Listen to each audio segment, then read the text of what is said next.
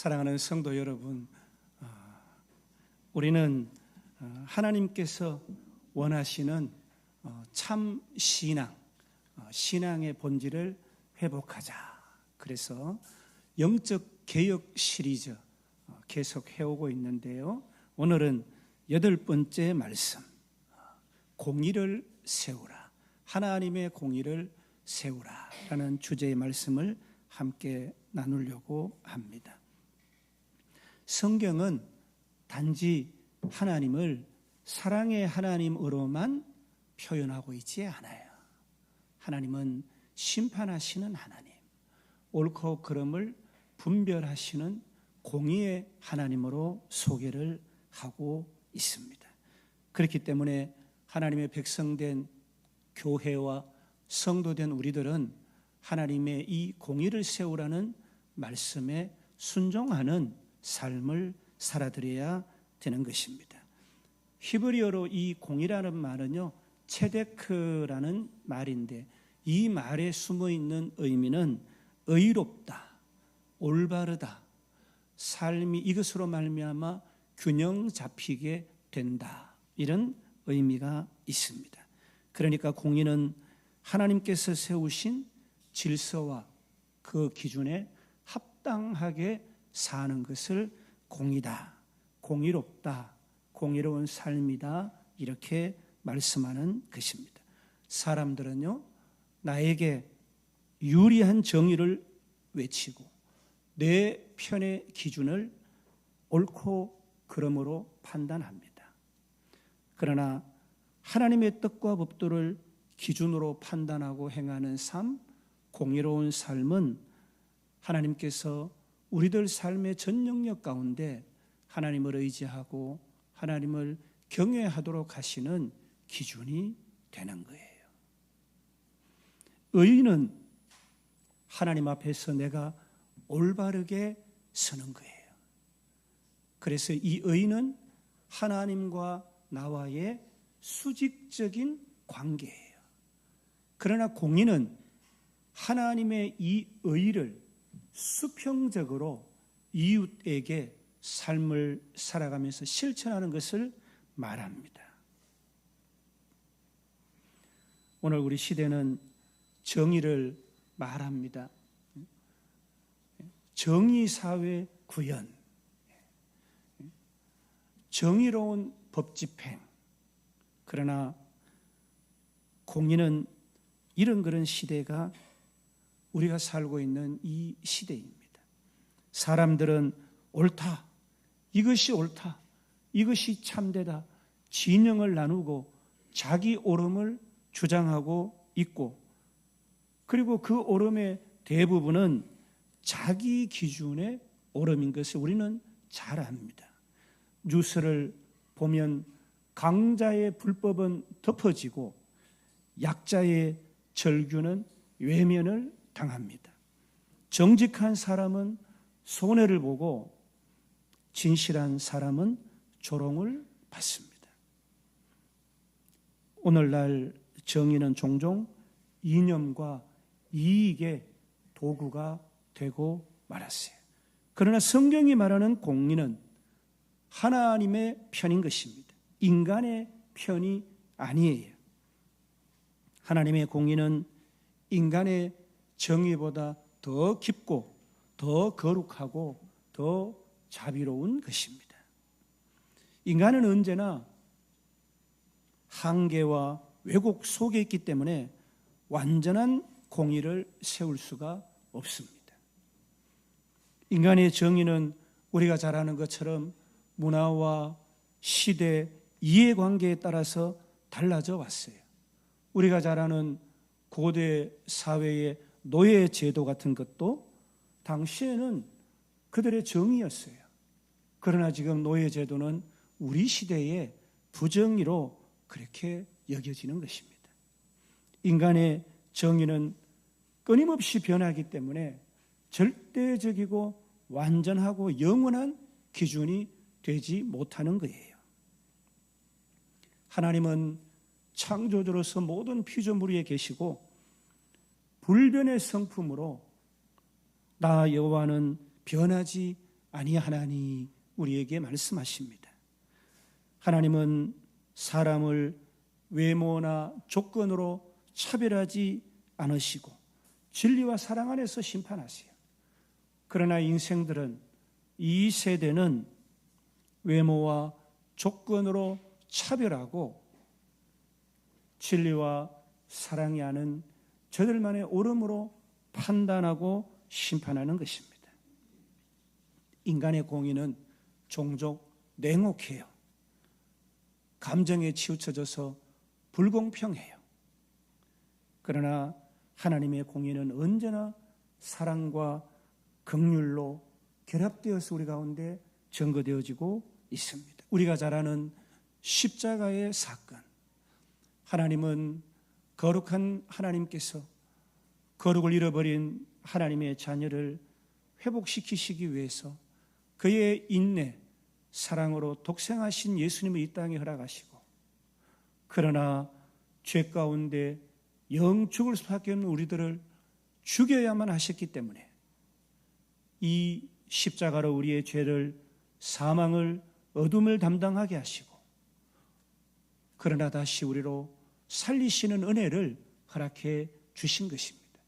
그러므로 십자가는 하나님의 공의와 하나님의 사랑, 그 인애가 결합되어 우리에게 나타난 증거인 것입니다.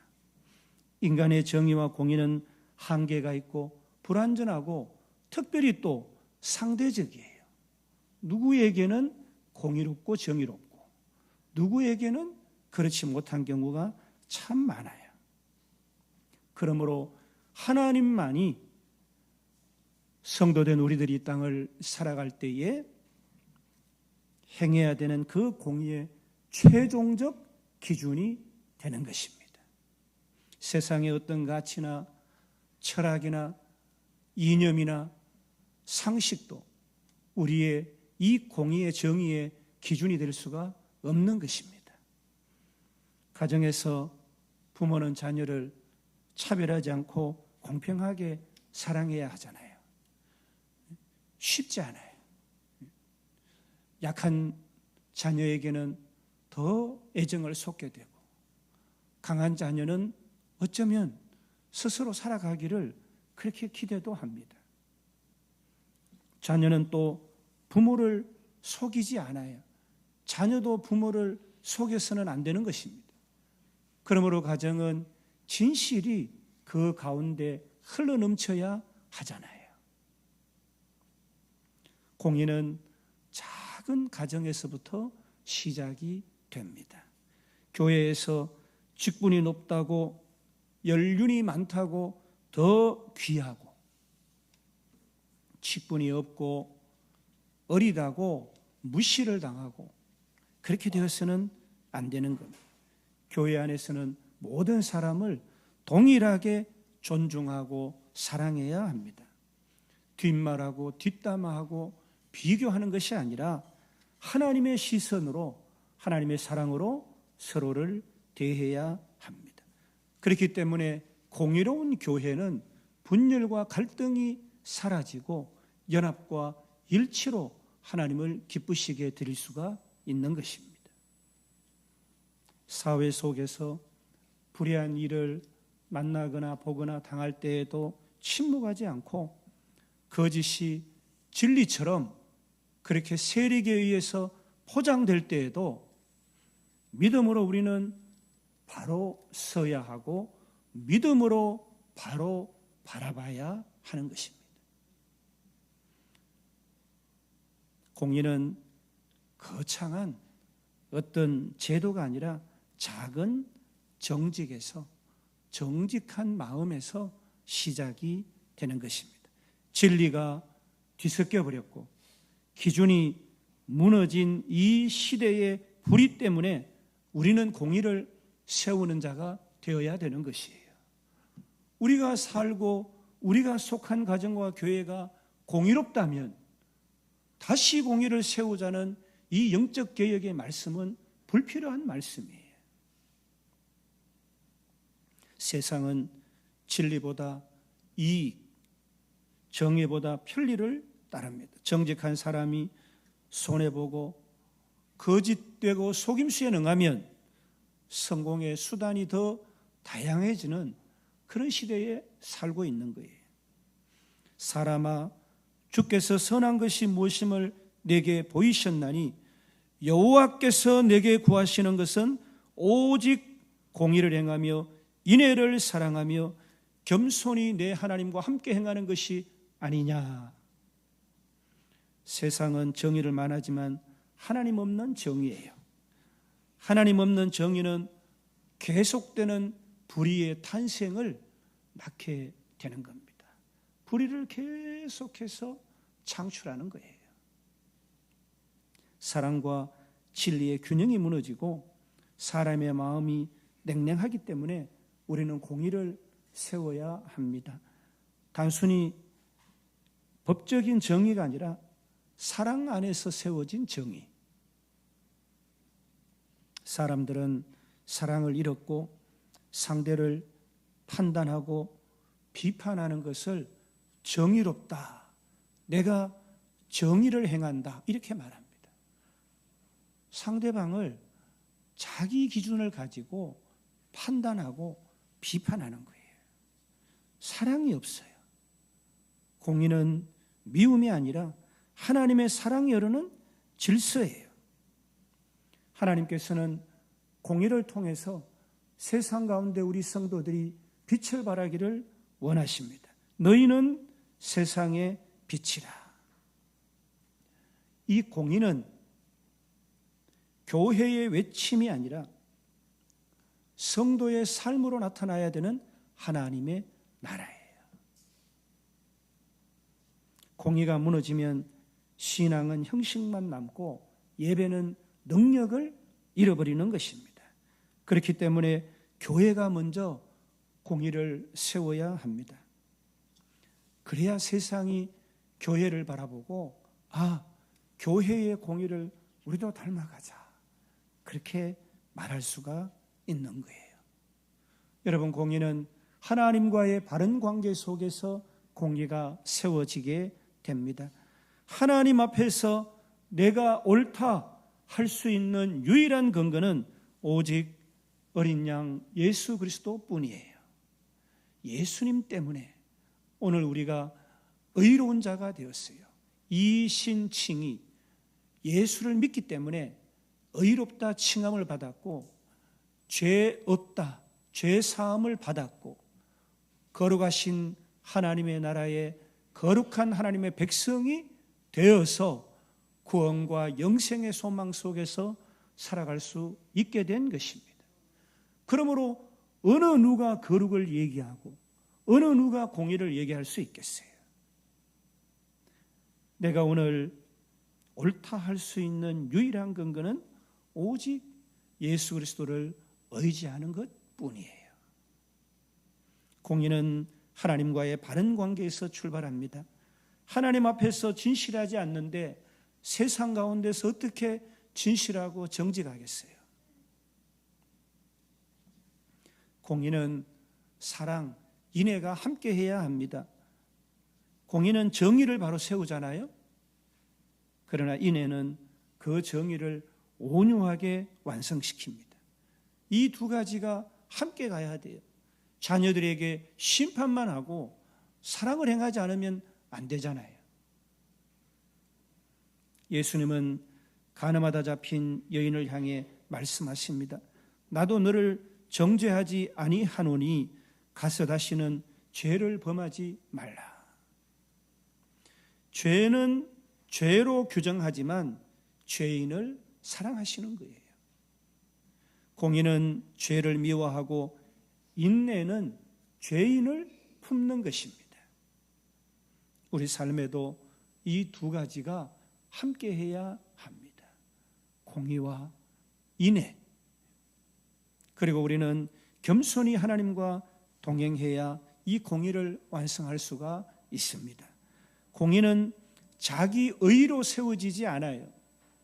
나는 옳다 하는 이 마음이 커질수록 하나님의 공의는 내 마음속에서 사라지는 거예요. 내가 옳기 때문에 다른 사람, 심지어 하나님의 의는 우리 가운데 자리 잡을 수가 없는 거예요. 하나님을 모셔야 되는데. 여러분, 우리나라도 예전에 쇄국 정책을 폈잖아요. 폐쇄적이니까, 선진 문물을 받아들이지 않으니까, 우리가 옳다 하니까 뒤떨어지는 거예요. 우리 마음밭도 그래요. 겸손히 하나님과 함께 행한다는 말은 하나님의 시선으로 세상을 바라본다는 거예요. 내 판단보다 하나님의 마음, 하나님의 뜻을 따르는 것입니다. 겸손한 사람은 언제나 내가 옳다가 아니라 하나님께서 언제나 옳으십니다. 그렇게 고백을 합니다. 사랑하는 여러분, 성경은 공의를 행하는 자들에게 하나님의 축복과 부요가 있다 말씀하십니다. 잠언 21장 21절은 의를 따라가면 생명과 공의와 영광을 얻느니라. 아멘.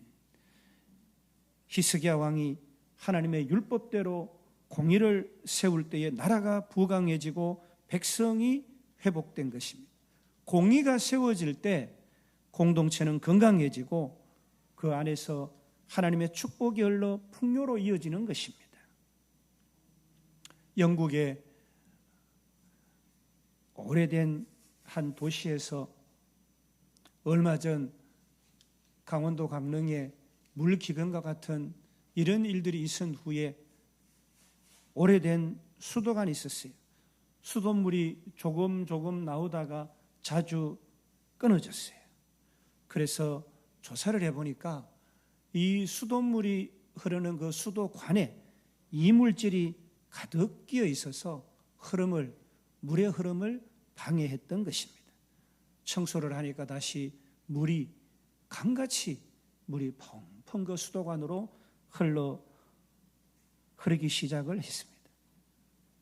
사랑하는 여러분, 이 공의가 그렇습니다. 공의가 막히면 예배가 막히고 축복이 막히고 공동체가 막히게 되는 거예요. 그러나 공의가 흐르면 하나님이 예비하신 은혜와 축복이 흘러 넘치게 되는 것입니다. 하나님께서 오늘 우리에게 원하시는 것은요, 천천의 순양, 만만의 강물 같은 기름이 아니라 하나님께 드리는 어떤 형식적인 예배나 제물이 아니라 삶으로 드려지는 예배, 하나님을 의지하고 경외하고 하나님을 중심으로 모시고 사는 삶을 하나님은 공의롭다 하시고 축복하신다라는 말씀이에요. 성전 안의 제사보다 성전 밖의 삶이 중요하다라는 말씀이에요. 공의가 세워질 때, 삶으로 드려지는 이 예배가 회복될 때 성전 안에서 우리가 드리는 이 예배가 축제 예배가 되는 것이고 하나님이 기뻐 영광을 받으시는 거예요. 오늘 우리는 예배의 관객이 아니에요. 목사가 설교를 잘하는지, 예배당이 어떤지, 오늘 성가대가 찬양을 뭘 부르는지 그런 참관자가 아니에요.